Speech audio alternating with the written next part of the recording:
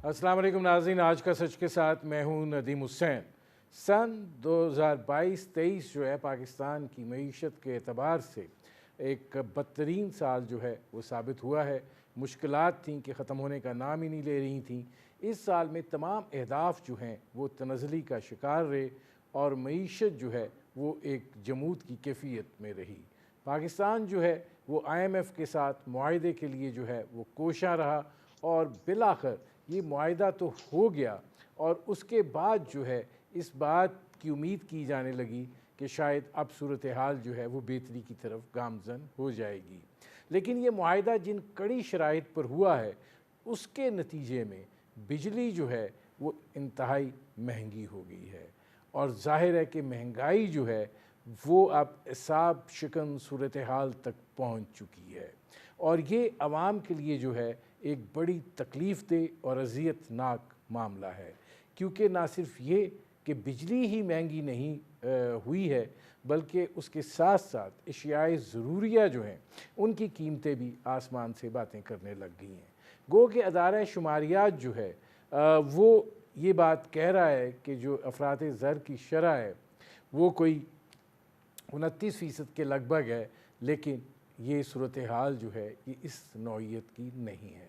आवाम की क़ुव्वत इस्तिताअत बहुत बुरे तरीके से मुतासिर हो चुकी है और जो मईशत के अंदर लूप होल्स हैं उनसे फ़ायदा उठाने के मामलात जो हैं वो बहुत बढ़ चुके हैं और ज़ाहिर है कि इस कमर तोड़ महंगाई के अंदर हम इस जानिब तो बात नहीं कर रहे हैं, इस जानिब तवज्जो नहीं दे रहे हैं, लेकिन नए एवेन्यूज़ की बात जो है वो ज़रूर हो रही है। इस एतबार से स्पेशल इन्वेस्टमेंट फैसिलिटेशन काउंसिल जो है उसका क़याम भी अमल में लाया गया है। फिर ग्रीन पाकिस्तान के इनिशिएटिव के नाम से ज़राअत के शोबे में इनकलाब की बात जो है वो भी की जा रही है और अब मादनियात के शोबे को आगे बढ़ाने के लिए कि पाकिस्तान इससे मालामाल है उसका भी मनसूबाबंदी जो है वो की जा रही है। इस बात की कोशिश की जा रही है कि एवेन्यूज़ ने खुलें और पाकिस्तान को जो ज़र मुबादला के मसाइल का सामना रहता है उसको कोई हल किया जा सके, लेकिन ये फिर भी 3-4 साल का एक लॉन्ग टर्म सिलसिला है। आवाम जो है उनको फ़ौरी तौर पे कोई रिलीफ़ चाहिए, लेकिन वो रिलीफ़ जो है वो मुस्तक़बिल करीब में दिखाई नहीं देता है। ये इनिशिएटिव जो हैं ये कितने कामयाब हो सकते हैं और पाकिस्तान को इस वक्त जो सहूलत मिल रही है, चीन ने आज $2.4 अरब का कर्ज़ा रोल ओवर कर दिया है, एग्जिम बैंक मज़ीद $600 मिलियन का कर्ज़ा जो है वो दे रहा है, पाकिस्तान पर जो वो दबाव है वो भी कम हो रहा है और ये बात जो कही जा रही थी कि IMF ये चाहता है कि वो जो पैसा दे रहा है वो चीनी कर्ज़ों की अदायगी में न जाए, वो सूरत हाल जो है वो भी इससे एड्रेस होती हुई दिखाई दे रही है। लेकिन ये सारी चीज़ें जो हैं ये कितनी फ़ायदेमंद हैं, आवाम को इससे क्या हासिल हो सकता है जो इस वक्त इज़्तिराब में है, हिजान में है, मुश्किल में है, अज़ियत में है और ज़ाहिर है कि उनके पास जो हमारी अशरफिया है और हुक्मरान तबका है उसकी जानिब से सिवाय वादों के और उम्मीदों के कुछ भी नहीं है देने के लिए। तो ये वो सूरत हाल है जिस पर करेंगे बात। मेरे आज के मेहमान डॉक्टर इशफाक पाकिस्तान की मईशत पर गहरी नज़र रखते हैं, प्रिंसिपल हैं नस्ट के। डॉक्टर साहब ज़रा ये फरमाइएगा कि पहले तो ज़रा इस पर एक अमूमी आपका तजिया क्या है कि हमने ये जो स्पेशल इन्वेस्टमेंट फैसिलिटेशन काउंसिल बनाई, बड़ी हैवीवेट काउंसिल है और मतलब चीफ ऑफ आर्मी स्टाफ भी उसके अंदर मौजूद हैं। इसी तरीके से जो भी काम हो रहा है, जैसे ग्रीन पाकिस्तान इनिशिएटिव हुआ, चीफ ऑफ आर्मी स्टाफ मौजूद हैं। अब मिनरल्स की बारी आ रही है, मादनियात के हवाले से चीज़ों को जो है वो देखा जा रहा है, सरमायाकारी को देखा जा रहा है। चीफ ऑफ आर्मी स्टाफ जो हैं वो मौजूद हैं और ये बात कही जा रही है कि वो अमल दरामद के हवाले से उसमें मौजूद हैं। तो आपको ये क्या लगता है कि इसके नताइज जो हैं शॉर्ट टर्म ना सही लेकिन इससे मईशत के अंदर एक हलचल पैदा होने जा रही है? जी बिल्कुल, बहुत अच्छा आपका सवाल है। देखें, पाकिस्तान को हमेशा जो प्रॉब्लम रहा है वो फॉरेन एक्सचेंज के हवाले से बहुत ज़्यादा मसाइल रहे हैं, और जिसकी वजह से हमें बार बार आईएमएफ के पास जाना पड़ता है, और तकरीबन हम 35 साल से आईएमएफ के पास बार बार जा रहे हैं। तो इन चीज़ों को देख देख कर हमने जो जो भी हमारे आर्म फोर्सेस हैं ख़ासकर, उन्होंने भी इस चीज़ की रियलाइजेशन हुई कि आखिर हम कब तक इस तरीके से आईएमएफ के दस्ते नगर रहेंगे, और फिर ये कि दोस्त ममालिक के पास जा जा कर पैसे मांग मांग कर, मतलब अब मतलब एक खुददार कौम के तौर पे हम कब कब तक इस तरीके से अपनी मईशत को चलाते रहेंगे। तो ये एहसास हुआ कि इसके लिए कुछ करना चाहिए। दुनिया में देखा गया कि बहुत सारे ऐसे मुल्क हैं जहाँ पर अगर सिविल मामलात में अगर उनके अंदर कोई कमज़ोरी है तो फ़ौज अपना भी वेट उस पर डालती है। या आपको चीन में मिलेगा, आपको इंडोनेशिया में मिलेगा, आपको बहुत सारे मुल्कों में ये मॉडल आपको नज़र आता है। तो हमने भी देखा कि हमारे यहाँ एक बोर्ड ऑफ इन्वेस्टमेंट नाम की भी एक चीज़ थी, जो प्राइम मिनिस्टर सेक्रेटेरिएट में उसका दफ्तर भी है। लेकिन सिवाय इसके कि सुबह मुलाकात में चाय और बिस्किट और रात में बिरयानी खिला देना, इसके अलावा कुछ भी नहीं होता रहा। और ये लफ्ज़ मैं कोट अनकोट कर रहा हूँ चाइनीज़ इन्वेस्टर्स के हवाले से।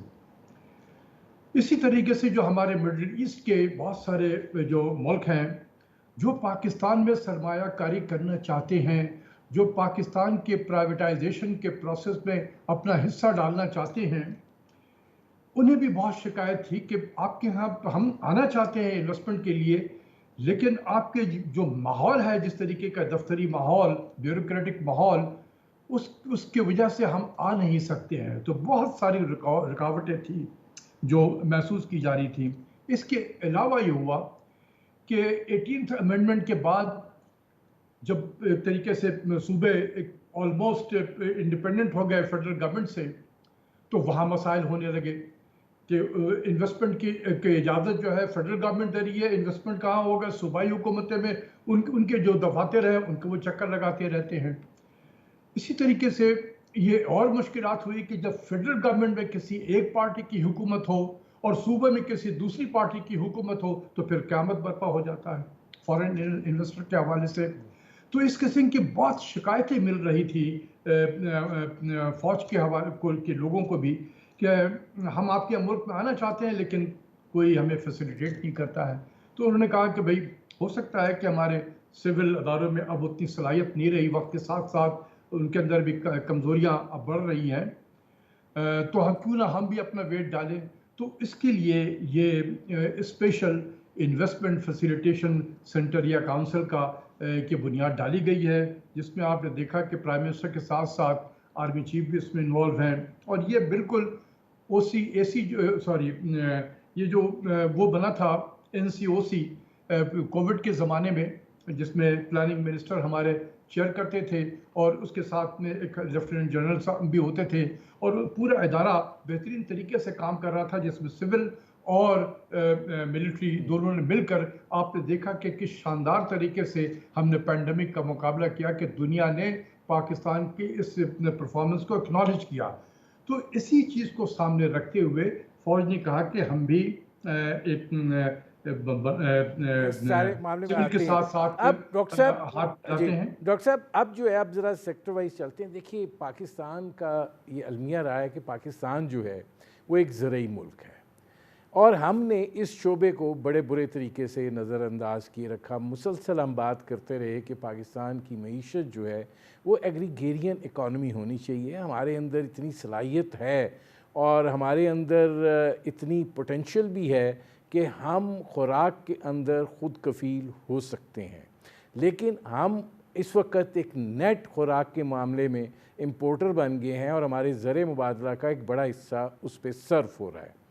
अब ये जो ग्रीन पाकिस्तान इनिशिएटिव है जिसमें वो खानेवाल से ये सिलसिला जो है वो शुरू हुआ है, आपको लगता है कि ये हाई टेक जो मॉडल फॉर्मिंग है और जिस तरीके से ये किया जा रहा है ये رجوع کرے گا کسانوں کے لیے، ایک ایونیو اوپن کرے گا، پاکستان کی پیداواری صلاحیت جو ہے اس کو بڑھائے گا اور یہ ایک ریولوشن لا سکتا ہے؟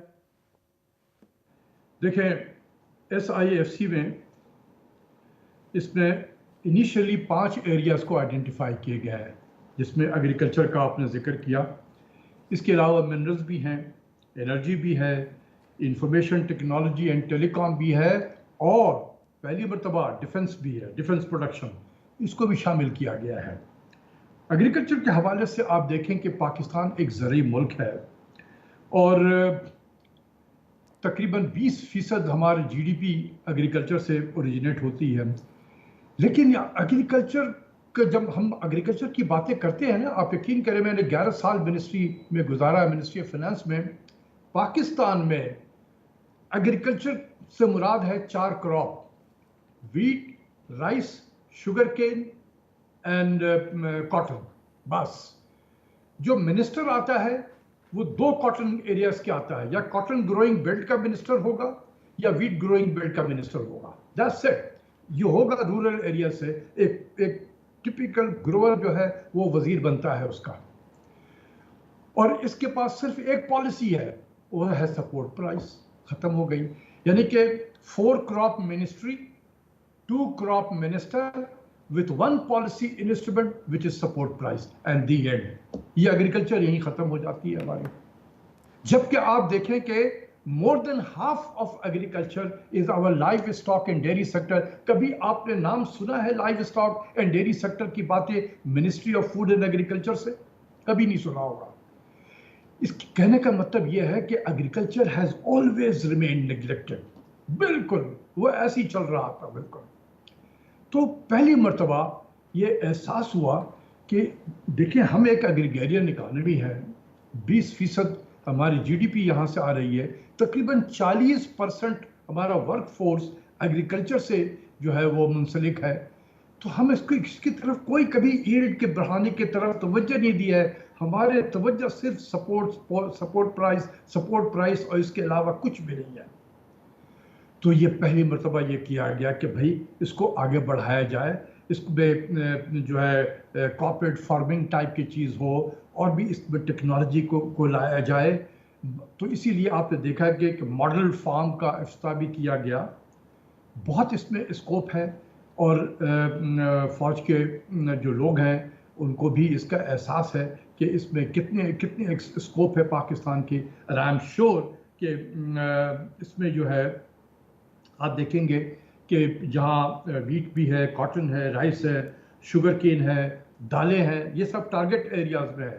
ویجیٹیبلز ہیں، فروٹس ہیں، live stock and dairy sector. دیکھیں اتنا بڑا، ہم دنیا کے 5ویں 6ٹھے ملک ہیں جو ملک پروڈکشن کے حوالے سے جانے جاتے ہیں اور ملک کی کنزمپشن کے حوالے سے جانے جاتے ہیں۔ جو دنیا کا 5واں 6ٹھا ملک جو ہے پروڈکشن میں، ملک کے پروڈکشن میں ہو، ملک کی پروڈکشن کیا ہم اپنی ضرورت نہیں پوری کر رہے۔ ڈاکٹر صاحب مجھے ایک بریک لینا پڑ رہا ہے، کیونکہ یہ جو ساری چیزیں ہیں اور جو فیکٹرز آپ نے بتائے ہیں اس میں تھوڑی سی اور بھی بات کرنی ہے، کیونکہ بہت ساری چیزوں میں تو ہم اپنی ضروریات بھی پوری نہیں کر رہے ہیں، اور کلیم ہم بہت سا کرتے ہیں کہ ہم 5واں ہیں، ہم 4تھا ہیں، ہم 3را ہیں، اور نتائج جو ہیں وہ اس نوعیت کے نہیں ہیں۔ ناظرین ہماری گفتگو جاری ہے، وقت ہوا ایک مختصر سے کمرشل بریک کا، ملتے ہیں اس وقت۔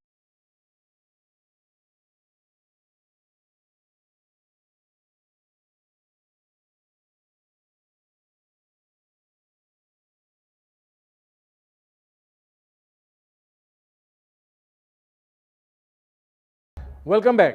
میرے آج کے مہمان ڈاکٹر اشفاق پرنسپل ہیں نرسری کے، ان سے ہماری گفتگو جاری ہے۔ ڈاکٹر صاحب یہ فرمائیے گا کہ آپ کو کیا لگتا ہے کہ یہ پالیسی جو ہے یہ بھی کہیں 4 کراپس کی نظر نہ ہو جائے؟ آپ کو محسوس ہوتا ہے کہ اس کے اندر جو ہے وہ ایک ہمہ جہتی سلسلہ ہوگا، اور ہم جو نیٹ امپورٹر بنے ہوئے ہیں اپنی غذائی ضروریات کے لیے اس کا کوئی تدارک ہوگا؟ ہم دالوں کی طرف بھی جائیں گے، ہم دیگر چیزوں کی طرف بھی جائیں گے، ہم یہ بھی کوشش کریں گے کہ ہم آئل سیڈز بھی یہاں پہ پیدا کر سکیں کہ ہمارا جو یہ درآمدی بل ہے 5-6 ارب ڈالر کا، اس میں بھی کوئی ایک کمی آ سکے۔ بالکل صحیح کہا آپ نے۔ मैं आपको बता रहा था कि इसमें जो अभी तक के इनिशियल जो area agriculture with in agriculture जो डिफाइन किया गया है, उसमें ये 4 क्रॉप तो हैं, वीट भी है, राइस भी है, कॉटन है, शुगर केन, ये सनफ्लावर है जिसका आप अभी जिक्र कर रहे थे, दालों का आप जिक्र कर रहे थे, वो भी इसमें शामिल है, वेजिटेबल्स हैं, फ्रूट्स हैं। देखिए चाइना में कितने डिमांड है फ्रूट्स के, हम बनाते हैं, बनाकर हम चाइना को एक्सपोर्ट कर सकते हैं, लेकिन जैसा मैंने कहा ना कि तवज्जो नहीं है इसकी तरफ, किसी ने फोकस नहीं किया इन तमाम चीज़ों को, सवाए 4 crop ministry, 2 crop minister and 1 policy instrument support. अच्छा, अब डॉक्टर साहब इससे वाबस्ता सवाल है कि आपको लग रहा है कि मैं बाकी सवालों की तरफ आता हूँ, पहले ज़रा एक इसको जनरलाइज्ड फॉर्म में देख लें। क्या आपको ये लगता है कि पाकिस्तान की मईशत में अब कोई हलचल जो है वो होने चली है, कोई पहिया जो है वो हरकत में आने लगा है? देखें, ये डिपेंड करेगा बहुत सारी चीज़ों पे, बहुत सारी चीज़ों पे। ये बड़ा अच्छा सवाल है, इसमें पोटेंशियल बहुत ज़्यादा है, लेकिन इसकी सक्सेस जो है वो किस पे डिपेंड करेगा। सबसे पहली चीज़ ये है कि क्या ये SIFC सही मानों में एक 1 विंडो ऑपरेशन होगा फॉरेन इन्वेस्टर्स के हवाले से। हमने बहुत सुना है नाम 1 विंडो ऑपरेशन। जब कोई फॉरेन इन्वेस्टर आता है तो 1000 विंडो निकल आते हैं उनके लिए। तो क्या ये सक्सेसफुल होगा बनाने में? कोशिश तो है और चैलेंज भी है, और इंशाल्लाह ये करेगा। इसकी जो सक्सेस है वो मैं ये जो डिपेंड करेगा वो मैं आइडेंटिफाई करना चाहता हूँ। सबसे पहले right man for the right job. कोई सिफारशी साड़ा बंदा कल्चर अगर यहाँ ले आएंगे तो जो हमारा ट्रेडिशनल नतीजा निकलता है चीज़ों का, तो फिर इसका भी वही ट्रेडिशनल नतीजा निकलेगा। So right man for the right job पहला चीज़ है। क्या हम जो 2024 में, मार्च 2024 में ये जो IMF का प्रोग्राम चल रहा है, स्टैंड बाय अरेंजमेंट, इसके बाद क्या हमने दोबारा IMF में जाना है? अगर हम गए IMF में तो ये bound to be a failure, bound to be a failure. मेरे लफ्ज को लिख ले आओ, क्योंकि तमाम IMF की कंडीशन इसके SIFC के हवाले से होंगी, जो इसको बिल्कुल फेल करने के लिए बिल्कुल काफ़ी होगा वो। तो इसके लिए बहुत ज़रूरी है नो मोर IMF प्रोग्राम आफ्टर मार्च 2024, क्योंकि ये हमें डॉलर की ज़रूरत है, ये बहुत डॉलर लाएगा ये SIFC, मैं आपको बता रहा हूँ। तीसरी चीज़ ये है कि जो भी केयर टेकर गवर्नमेंट आए वो बिल्कुल इसको लेकर साथ चले अपने, इसमें कोई रुकावटें नहीं आनी चाहिए, इसको बिल्कुल लेके आगे चले, और जो हुकूमत आएगी इलेक्शन के बाद जब भी आए उसको भी इसको लेके चलना होगा। इसमें कोई आगे पीछे जो है वो अगर कोई करता है, स्टाफ सही मायने में काम नहीं कर रहा है, आप उसको हटा के अच्छे काम करने वालों को लेकर आए। तो हमें टफ होना होगा इस हवाले से भी। How effectively the bureaucracy will work to make this is success, ये भी डिपेंड करता है हमारी ब्यूरोक्रेसी पे। इसलिए मैंने कहा कि अगर कोई ब्यूरोक्रेसी में अगर कोई स्लैकनेस दिखा रहा है उसको हटा दें, आप किसी और अच्छे काम करने वालों को लाया जाए। इसके अलावा अब इसमें डॉक्टर साहब जी, मैं जरा डॉक्टर साहब इसमें आप जी मैं मुकम्मल करना चाह रहा हूँ ना जी, कि इसकी सक्सेस के लिए क्या जरूरी है। जिस तरीके से आर्मी ने अभी दिलचस्पी दिखाई है, जज्बा दिखाया है, इस जज्बे को कंटिन्यू करना होगा। ये नहीं है कि शुरू कर दिया और पीछे आर्मी भी अगर पीछे चली जाए तो फिर सिविल वाले तो पहले भी नहीं कर रहे थे। तो इसलिए इसको उनका जो इन्वॉल्वमेंट है वो भी सिविल के साथ साथ उनकी भी इन्वॉल्वमेंट देखें। आर्मी का काम रोल ऑफ फैसिलिटेटर का है, करना काम सिविल वालों ने है, तो क्या वो इसी तरीके से करेंगे? इसकी कंटिन्यूअस मॉनिटरिंग होनी चाहिए आर्मी चीफ और प्राइम मिनिस्टर के लेवल पे। मैं तो ये सजेस्ट करूंगा कि वंस इन 2 मंथ टाइम इसकी मॉनिटरिंग होनी चाहिए कि हम ठीक टाइम पे रास्ते पे चल रहे हैं या नहीं चल रहे हैं। इस मॉनिटरिंग से ये नीचे की सतह तक ये आएगा कि नहीं, somebody is watching our performance, तो ये सक्सेसफुल होगा। अच्छा, अब इसमें डॉक्टर साहब ये फरमाइएगा कि आप ज़रा आते हैं थोड़े उस सूरत हाल पे।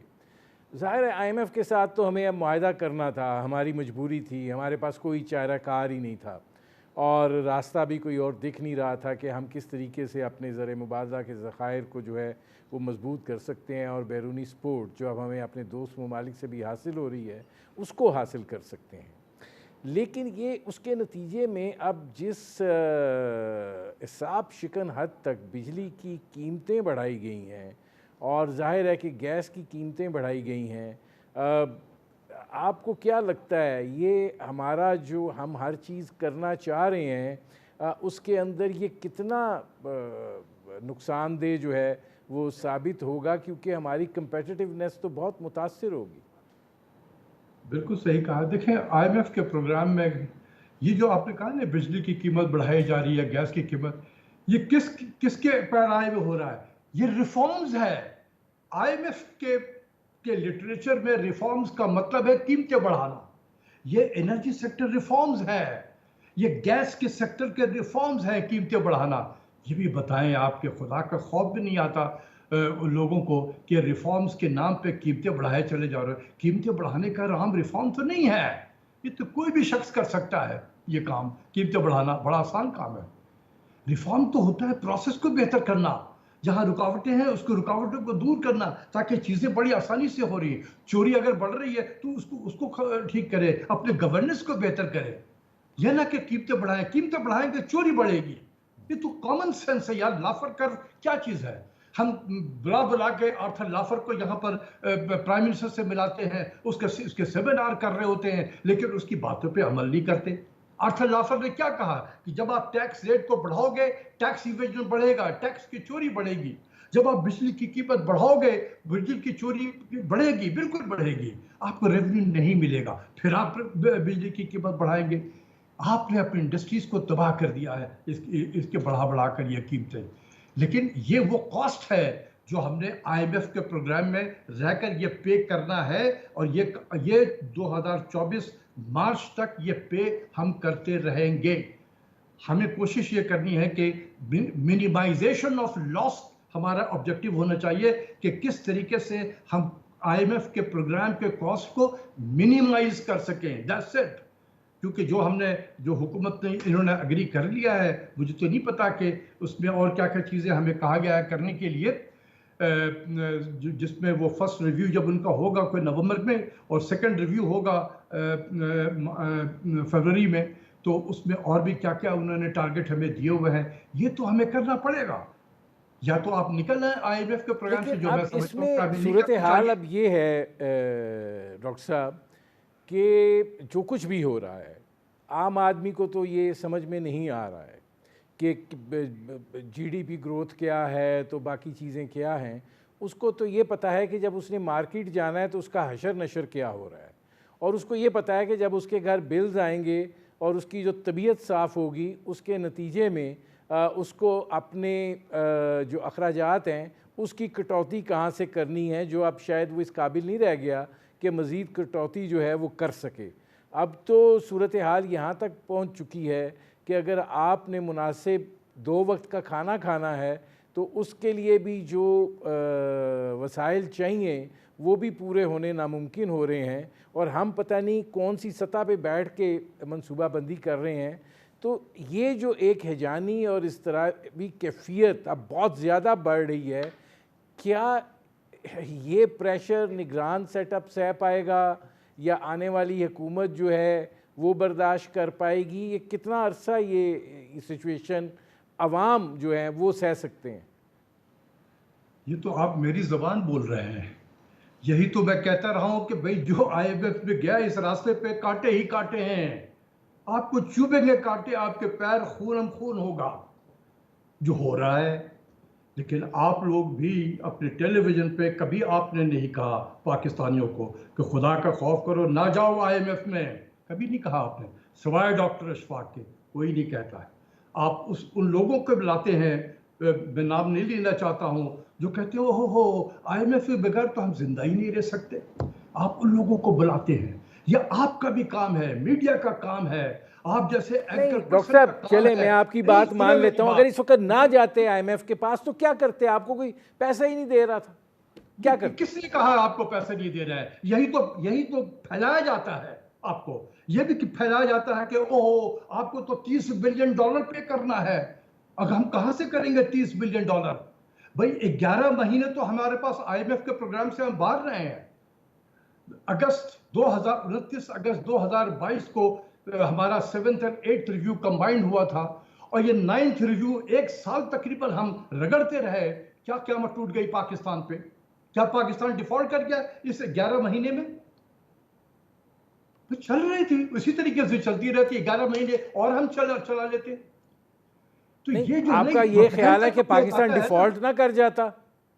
ارے یار خدا کا خوف کرو، کتنے زمانے سے یہ لفظ آپ کے چینل پہ بھی میں بولتا رہا ہوں، لوگوں سے بھی سنتا رہا ہوں۔ 4 سال تو مشرف صاحب کے زمانے میں IMF سے باہر تھے، تو کیا ہم نے ڈیفالٹ کیا؟ 11 مہینے تو اس ڈیفیکلٹ حالات میں بھی ہم IMF کے باہر رہے، کیا ہم نے ڈیفالٹ کر لیا؟ میں تو بار بار کہتا تھا کہ پاکستان نے کبھی ماضی میں ڈیفالٹ کیا ہے، نہ آئندہ کرے گا وہ ڈیفالٹ، اور یہی ہوا۔ پتہ نہیں کہاں سے یہ ایک بتاؤں کہ اسلام آباد، کراچی اور لاہور میں ان 3 شہروں میں ایک IMF کا ایکو سسٹم ڈیولپ ہو گیا ہے، جہاں اس قسم کی چیزیں ہوتی ہیں۔ یہ ایکو سسٹم جو بریگیڈ جو ہے وہ بڑا ایکٹیو ہو جاتا ہے، وہ چینل پہ جا کے اوہو اگر نہیں ہوگا تو تباہی ہوگی، اوہو 3 سال میں تو پاکستان کو $80 بلین کی ضرورت پڑے گی، اوہو 1 سال میں تو 30 بلین دینا ہوگا، کہاں سے لائیں گے پیسے؟ اب جو لوگ سن رہے ہوں گے ان کی باتوں کو وہ گھبرا جاتے ہیں۔ میرے پاس بہت سارے لوگوں کے میسیجات آتے تھے کہ کہاں سے 30 بلین آئے گا 1 سال میں؟ تو بھائی 1 سال میں 11 مہینے تو $30 بلین ہمارے پاس نہیں آیا، لیکن پاکستان ڈیفالٹ تو نہیں کیا۔ یہ پروپیگنڈا کیا جاتا ہے، سمجھنے کی کوشش کر رہے ہیں آپ لوگ۔ اچھا اب یہ بتائیے ڈاکٹر صاحب کہ اب آپ کو کیا لگتا ہے کہ کوئی شرح سود میں تو کمی، پھر اگر آپ IMF کے پروگرام میں ہیں تو شرح سود میں تو کوئی پھر کمی نہیں ہوگی، تو ہم ایک طرف ڈوئنگ بزنس ایز کرنے کی بات کر رہے ہیں جو ہم نے یہ فورم بنایا ہے، اور دوسری طرف ہم شاید کچھ دینے کے بھی قابل نہیں ہیں، تو یہ اٹ سیلف ایک کانٹرڈکشن نہیں ہو جائے گا؟ دیکھیں ابھی آپ کو میں نے کہا کہ اس IFC کی سکسس کس پہ ڈیپینڈ کرتی ہے۔ نو مور IMF پروگرام آفٹر مارچ 24، ٹھیک ہے۔ اب رہا انٹرسٹ ریٹ کو کم کرنے کا ان کے حوالے سے، دیکھیں ایک طرف IMF کے جو اقدامات ہم سے کراتا ہے اس سے انفلیشن کریٹ ہوتا ہے، اس کے اقدامات سے ہوتا ہے کریٹ۔ دوسری طرف جب انفلیشن ہوتا ہے تو اسٹیٹ بینک کہتا اوہو انٹرسٹ ریٹ کو بڑھاؤ۔ تمام امپیریکل ایویڈنس یہی کہتے ہیں کہ جب اسٹیٹ بینک اپنے انٹرسٹ ریٹ کو بڑھاتا ہے پاکستان میں انفلیشن بڑھ جاتا ہے، کیونکہ یہ کاسٹ پش ہے، یہ کاسٹ کو پروڈکشن کاسٹ کو بڑھاتا ہے جو پاس آن ہوتا ہے۔ میں ابھی میں پیپر مکمل کر رہا ہوں، میں دنیا کو دکھاؤں گا بوتھ تھیوریٹیکلی اینڈ امپیریکلی کہ ہم کتنا غلط پالیسی استعمال کرتے رہی ہے ہمارا اسٹیٹ بینک آف پاکستان صرف IMF کے کہنے پہ۔ تو جو بھی کیئر ٹیکر گورنمنٹ ہو، جو بھی جائے، اگر اس کے پاس empirical evidence, strong empirical evidence theory کے ساتھ میں جو سپورٹ کرتا ہو، وہ لا کے IMF کے سامنے رکھے کہ یہ غلط پالیسی ہے۔ آپ کی اس پالیسی سے ہمارے سپلائی سائڈ جو ہے وہ بھی امپروو نہیں ہو پا رہی ہے، ہمارے پروڈکشن میں اضافہ نہیں ہو رہا ہے کہ ہم چیزوں کو زیادہ پیدا کریں۔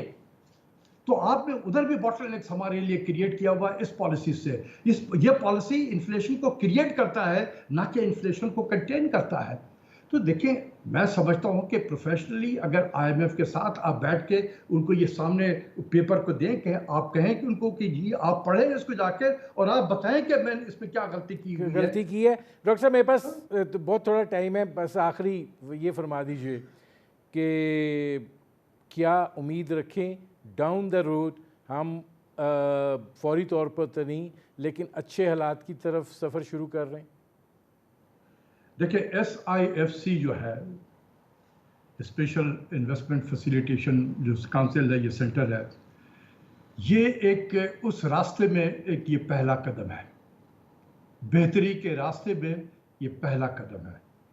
مجھے ڈر لگتا ہے، یقین کریں کہ جہاں جہاں پر یہ پیر پڑیں گے نا ان کے، वहाँ से शोर ज़रूर मचेगा।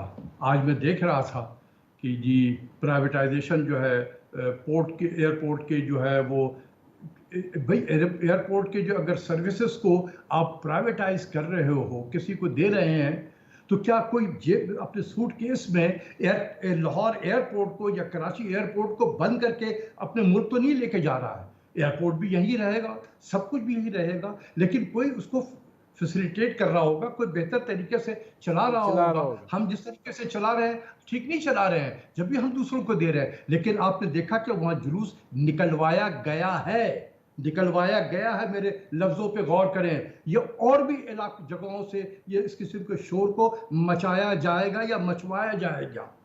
इसके पीछे लोग होंगे जो इसको मैं नाम नहीं लेना चाहता हूं किसी भी इसका, लेकिन ये एक इंडिकेटर है जो लाहौर एयरपोर्ट के बड़ा सोशल मीडिया पे वायरल किया जा रहा है कि वो जी वो चलें प्राइवेटाइजेशन के डॉक्टर खिलाफ साहब, इस है। उम्मीद के साथ कि सूरत हाल बेहतर होगी। बहुत शुक्रिया डॉक्टर इशफाक। ये थे डॉक्टर इशफाक, आपने उनकी गुफ्तगू सुनी। वक्त हुआ एक मुख्तसर से कमर्शियल ब्रेक का। ब्रेक पर जब से वापस आएंगे तो फिर हम एक ऐसी लाजवाल कुर्बानी की बात करेंगे जो जब तक इंसानियत कायम है वो याद रखी जाएगी। मिलते हैं इस वक्त के।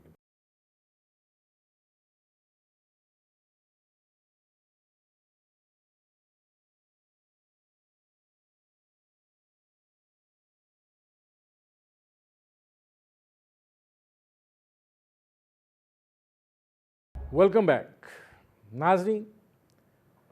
दीन खुदाबंदी, शरीयत मुस्तफ़ी और इंसानी इक़्तिदार के तहफ़्फ़ुज़ के लिए हज़रत इमाम हुसैन अलैहिस्सलाम ने जो लाज़वाल कुर्बानी दी, वो इंसानियत की तारीख़ की एक अनमोल मिसाल है। इस्लाम की जो दीनी, सियासी और इज्तिमाई तारीख़ है, उस पर जो वाक़या सबसे ज़्यादा असरअंदाज हुआ है वो वाक़या करबला है।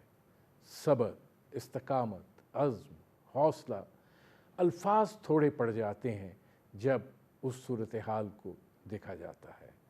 वो एक ऐसी जंग थी जिसने जो बाद का नतीजा जो निकला वो यही था कि इस्लाम ज़िंदा होता है हर करबला के बाद। आज हम इस फ़लसफ़ा शहादत और फ़लसफ़ा हुसैनी पर बात करेंगे और जानने की कोशिश करेंगे कि आज के दौर में जब कि एक मरतबा फिर माशरती तकसीम, समाजी बदहाली और जिस तरीके से हालात व वाक़यात जो हैं वो तनज़ली और अबतरी का शिकार हैं, उसमें ये मिसाल जो है ये कितनी मुआविन और मददगार हो सकती है अगर हम उसके ऊपर गौर करें और उसको जो है देखने, समझने और फिर उसके तनाजुर में आगे बढ़ने की कोशिश करें। हमारे साथ मौजूद हैं मुमताज़ आलमदीन, इलामा अमीन शहीदी साहब। उनसे बात करते हैं। अमीन शहीदी साहब, ये फरमाइएगा कि आज फिर हम एक ऐसी मुआशरती और समाजी सूरत हाल में फंसे हुए हैं कि जहाँ पर कोई उम्मीद जो है वो दिखाई नहीं देती है और हालात जो हैं वो एक दफ़ा फिर अबतर और दिगर गूँ हैं। ऐसे में अगर मैं आपसे पूछूं कि फ़लसफ़ा हुसैनी जो है वो क्या रहनुमाई फ़राहम करता है, तो क्या कहेंगे आप?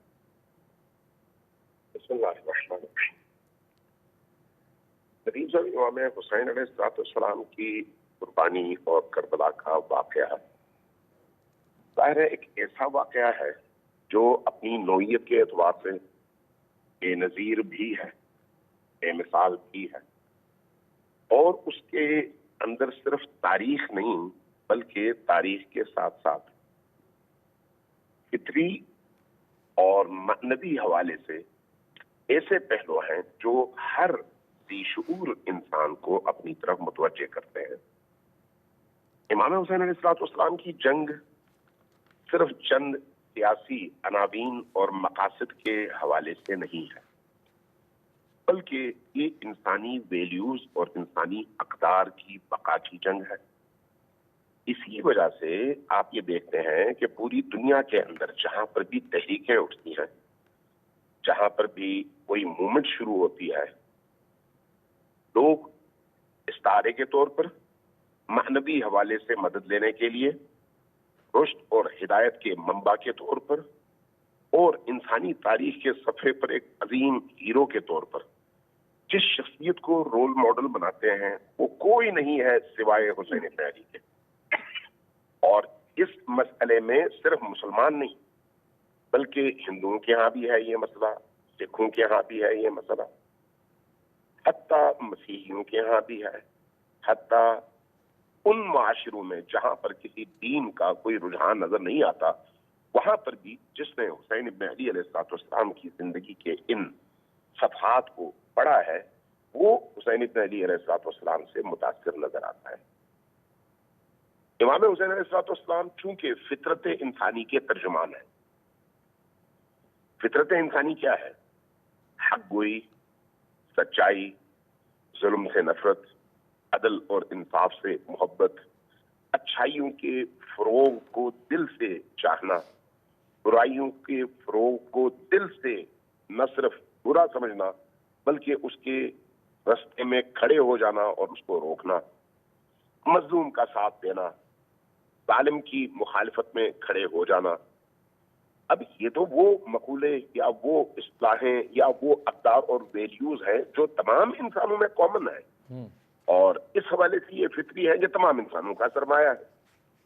امام حسین علیہ السلام کا جو امتیاز ہے, ایک امتیاز یہ بھی ہے کہ امام حسین علیہ السلام نے تنہا ہوتے ہوئے, بے کس ہوتے ہوئے اور ارد گرد کی تمام آبادیوں اور تمام مسلمانوں کی غفلت اور خاموشی کو دیکھتے ہوئے, یہ جانتے ہوئے کہ میری حمایت کے لیے کوئی نہیں نکلے گا, یہ جانتے ہوئے کہ میں یکو تنہا رہ جاؤں گا میدان میں, یہ جانتے ہوئے کہ اس راہ میں میری بیٹیاں, میری بیوی, میرے بچے, میری بہنیں اسیر کر لی جائیں گی, یہ جانتے ہوئے کہ جو بھی میرے ساتھ ہوگا اس قضیے میں, اس تحریک میں, اس کو اپنی جان دینی پڑے گی اور سر کٹانا پڑے گا, یہ سب کچھ جانتے ہوئے بھی اس کیفیت میں حسین ابن علی میدان میں کھڑے رہے ہیں. اور صرف کھڑے نہیں رہے بلکہ انہوں نے جان کی بازی لگائی. اور اس میں جو معنوی سب سے بڑا پہلو نظر آتا ہے وہ عظیم ہے اس حوالے سے کہ جب امام حسین علیہ السلام اپنے تمام رفقا کی شہادت کے بعد میدان کربلا میں تنہا زمین پر تشریف فرماتے تو اس وقت سجدے میں سر رکھ کر جو جملے ارشاد فرماتے ہیں وہ ہیں رضن بقضائک تسلیما لامرک یا غیاث المستغیثین. خدایا چونکہ تیرے دین کی بقا اور سربلندی کے لیے یہ قدم میں نے اٹھایا ہے اور میں جانتا ہوں کہ تو اس پر راضی ہے, اس لیے کیونکہ تو راضی ہے میں راضی ہوں. تو چونکہ میری اس تحریک کے حوالے سے میرے ساتھ کھڑا ہے اس کی میں تنہا نہیں ہوں. یہ جو معنوی پہلو ہے کربلا کا, یہ ہر انسان کو جگاتا بھی ہے, شعور بھی دیتا ہے, ہمت اور حوصلہ بھی دیتا ہے اور اس کو اکیلے پن سے اور بے چارگی سے, مجبوری سے نکالتے بھی. اب اس میں ہے. امین شہیدی صاحب ایک سوال اور پیدا ہوتا ہے. ظاہر ہے کہ حضرت امام حسین جس آزمائش سے گزرے, صبر کی جس انتہا سے گزرے اور پھر جو حالات جن کا ان کو سامنا کرنا پڑا, ظاہر ہے کہ وہ تاریخ انسانی میں اس کی اور کوئی مثال جو ہے وہ نہیں ملتی ہے. جب ہم اپنے اندر اپنے نظام کو دیکھتے ہیں تو یہ ہمارا کتنا معاون ثابت ہوتا ہے, کیا راہ فراہم کرتا ہے کہ عزم اور حوصلے اور مایوسی سے دور ہٹنے کے حوالے سے؟ دیکھیے, میں نے جیسے پہلے اشارہ کیا کہ امام حسین علیہ السلام کا یہ اقدام اگر دنیاوی مقاصد کے لیے ہوتا نا تو 61 ہجری کے فوراً بعد اس کا خاتمہ ہو چکا ہوتا. 2-4 سال لوگ یاد رکھتے لیکن اس کے بعد بھول جاتے ہیں. لیکن چونکہ یہ قدم اللہ کے لیے تھا, اللہ کے دین کے لیے تھا, انسانی قدروں اور ویلیوز کے لیے تھا, انسانیت کے احیاء کے لیے تھا, اس لیے ہم تاریخ میں دیکھتے ہیں کہ 1400 سال گزر گئے ہیں لیکن ہر گزرنے والا دن हुसैन इब्न अली का तारुफ पहले से बेहतर करा रहा है और हर नई आने वाली नस्ल पहले से ज्यादा हुसैन इब्न अली का इश्क अपने सीनों में पाल रही है। इसका क्या मतलब है? इसका मतलब यह है कि किसी भी माशरे के अंदर, चाहे वो यूरोप का माशरा हो, अफ्रीका का माशरा हो, एशिया का माशरा हो, बर्र सगीर का माशरा हो, गरीब माशरा हो, अमीर माशरा हो, पिसी हुई इंसानियत को अगर कोई राह निजात नजर आती है तो वो सिर्फ और सिर्फ हुसैन इब्न अली अलैहिस्सलाम के उस अजीमत के किरदार में नजर आती है जो हर कमजोर इंसान को ताकत फराहम करती है, हर कमजोर इंसान को। ये उसका एक ऐसा ताबनाक पहलू है जिससे कोई भी चश्मपोशी नहीं कर सकता। इसलिए मैं कई दफा ये बात शायद कर चुका हूँ आपके प्रोग्राम में, मुझे नहीं मालूम, कि मैं इराक गया, मैंने वहां पर इराकी टीवी पर एक रिपोर्टर का इंटरव्यू देखा मसीहियों के एक पॉप और पादरी से। वो पूरा एक ग्रुप आया हुआ था करबला की तरफ, 40 के अय्याम में महवे सफर था। रास्ते में इस रिपोर्टर ने उनका रास्ता रोका और उनसे पूछा कि आप कहाँ जा रहे हैं? कहा करबला। कहा ये करबला तो ये सारे मुसलमान शिया सुन्नी ये सब मिलके जा रहे हैं, आप भी इन्हीं के साथ जा रहे हैं? कहा हाँ। तो कहा आप क्यों जा रहे हैं जबकि आपका मजहब अलग है, आपका दीन अलग है, आपकी किताब अलग है, आपका नबी का तसव्वुर अलग है, आपका अल्लाह का तसव्वुर अलग है, फिर आप क्यों जा रहे हैं? तो उन्होंने जो जवाब दिया ना, वो आपके इस सवाल का जवाब है। उन्होंने, पादरी ने जो जवाब दिया, और ये लाइव टीवी पे नशर हुआ और मैंने खुद देखा, वो जवाब ये था कि अगरचे हमारे अल्लाह का, नबी का, कुरान और किताब का तसव्वुर अलग अलग है, लेकिन हुर्रियत इंसानी के हवाले से, निजात दहंदा के हवाले से हमारा हुसैन एक ही है और उस हुसैन को हर इंसान मानता है। अच्छा, इसमें अब आखिरी सवाल है एक, अमीन शहीदी साहब, ये फरमाइएगा कि एक और चीज़ भी है कि जब जबर हद से बढ़ जाए, जब इंसाफ की उम्मीद ख़त्म हो जाए, जब हालात जो हैं वो मुश्किल हो जाएं, तो फिर ये कितना बड़ा एक मशले राह है फ़लसफ़ा हुसैनी। देखिए, घुटन की फ़ज़ा में आखिरकार बारिश होती है, घुटन की एक इंतहा है, उस घुटन के बाद फिर एक दफा बादल कड़कते हैं और बारिश भी ऐसी होती है कि फिर सैलाब का खतरा होता है। ये नेचर का मिजाज है, उस नेचर का एक हिस्सा इंसान भी है। जहां पर भी जबर होगा, जहां पर भी इंसानियत का इस्तेहसाल होगा, अगर वो हद से बढ़ेगा तो फिर कहीं ना कहीं हुसैनी रूह जिंदा होगी और उस इस्तेहसाली, जाबिराना, घुटनज़दा माहौल और माशरे को तहबात कर देगी। ये इंसानी नेचर और इस आलम के नेचर का हिस्सा है। इसलिए आप ये देखें ना कि तूले तारीख़ इंसानियत में नमरूद गुजर गए, कितनी देर रही उनकी हाकिमियत और उनका जुल्म और उनका जबर? 100 साल, 200 साल। उनकी तहजीब कितने साल रही? 100-200 साल। नमरूद गुजर गया, फिरऔन गुजर गया, बड़े बड़े ऐसे जाबिर सलातीन गुजर गए, बड़े बड़े बादशाहों के सिलसिले गुजर गए, रहा कोई भी नहीं। लेकिन आज हुसैन इब्न अली जिंदा है। क्यों जिंदा है? इसलिए ये इंसानी फितरत की आवाज है। लिहाजा जहां कहीं पर भी घुटन हद से बढ़ेगी, हुसैनी रूह बेदार होगी, हुसैनी जुर्अत बेदार होगी और लोग हुसैन इब्न अली को अपना इमाम मानेंगे। बहुत शुक्रिया अमीन शहीदी साहब, मेरे प्रोग्राम का वक्त ख़त्म हुआ। नाज़रीन, अब तक के लिए इतना ही, इजाज़त